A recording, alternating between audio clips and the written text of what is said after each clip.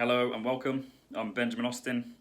I use this segment just to read from my Bible, continuing to read through Mark at the moment, and today I'm going to be reading from Mark 5. So, welcome back.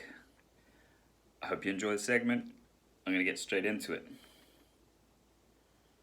I've forgotten how to pronounce Gerasene demoniac. Gerasene demoniac. The Gerasene demoniac. Mark 5. They came to the other side of the sea, in the country of the Gerasenes. When he got out of the boat, immediately a man from the tombs with an unclean spirit met him. And he had his dwelling among the tombs. And no one was able to bind him any more, even with a chain, because he had often been bound with shackles and chains, and the chains had been torn apart by him, and the shackles broken in pieces, and no one was strong enough to subdue him. Constantly, night and day, he was screaming among the tombs and in the mountains, and gashing himself with stones. Seeing Jesus from a distance, he ran up and bowed before him, and shouting with a loud voice, he said, "What business do we have with each other, Jesus, Son of the Most High God? I implore you by God, do not torment me." For he had been saying to him, "Come out of the man, you unclean spirit." And he was asking him, "What is your name?"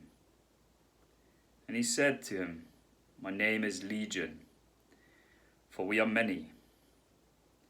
And he began to implore him earnestly not to send them out of the country. Now there was a large herd of swine feeding nearby on the mountain. The demons implored him, saying, "Send us into the swine, so that we may enter them." Jesus gave them permission, and coming out, the unclean spirits entered the swine, and the herd rushed down the steep bank into the sea, about 2,000 of them, and they were drowned in the sea. Their herdsmen ran away and reported it in the city and in the country, and the people came to see what it was that had happened. They came to Jesus and observed the man who had been demon-possessed, sitting down, clothed and in his right mind, the very man who had had the legion. And they became frightened. Those who had seen it described to them how it had happened to the demon-possessed man, and all about the swine. And they began to implore him to leave their region. As he was getting into the boat, the man who had been demon-possessed was imploring him that he might accompany him. And he did not let him, but he said to him, "Go home to your people and report to them what great things the Lord has done for you, and how he had mercy on you." And he went away and began to proclaim in Decapolis what great things Jesus had done for him, and everyone was amazed. Miracles and healing. When Jesus had crossed over again in the boat to the other side, a large crowd gathered around him, and so he stayed by the seashore. One of the synagogue officials, named Jairus, came up and, on seeing him, fell at his feet and implored him earnestly, saying, "My little daughter is at the point of death. Please come and lay your hands on her, so that she will get well and live." And he went off with him, and a large crowd was following him and pressing in on him. A woman who had had a hemorrhage for 12 years and had endured much at the hands of many physicians, and and had spent all that she had and was not helped at all, but rather had grown worse. After hearing about Jesus, she came up in the crowd behind him and touched his cloak. For she thought, if I just touch his garments, I will get well.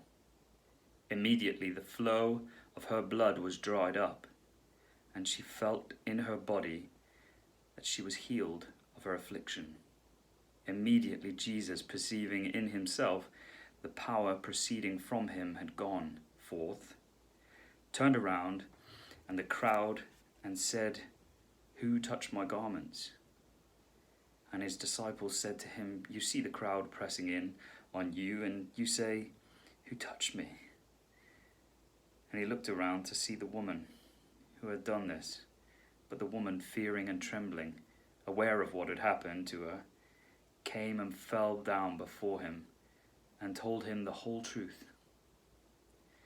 And he said to her, daughter, your faith has made you well. Go in peace and be healed of your affliction. While he was still speaking, they came from the house of the synagogue official, saying, your daughter has died. Why trouble the teacher any more? But Jesus, overhearing what was being spoken, said to the synagogue official, do not be afraid any longer, only believe.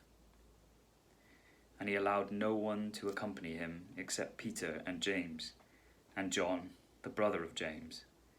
They came to the house of the synagogue official, and he saw a commotion and people loudly weeping and wailing. And entering in, he said to them, why make a commotion and weep? The child has not died, but is asleep. They began laughing at him. But putting them all out, he took along the child's father and mother and his own companions, and entered the room where the child was. Taking the child by the hand, he said to her, Talitha, cum, which translated means, little girl, I say to you, get up. Immediately the girl got up and began to walk, for she was 12 years old, and immediately they were completely astounded. And he gave them strict orders that no one should know about this. And he said that something should be given to her to eat.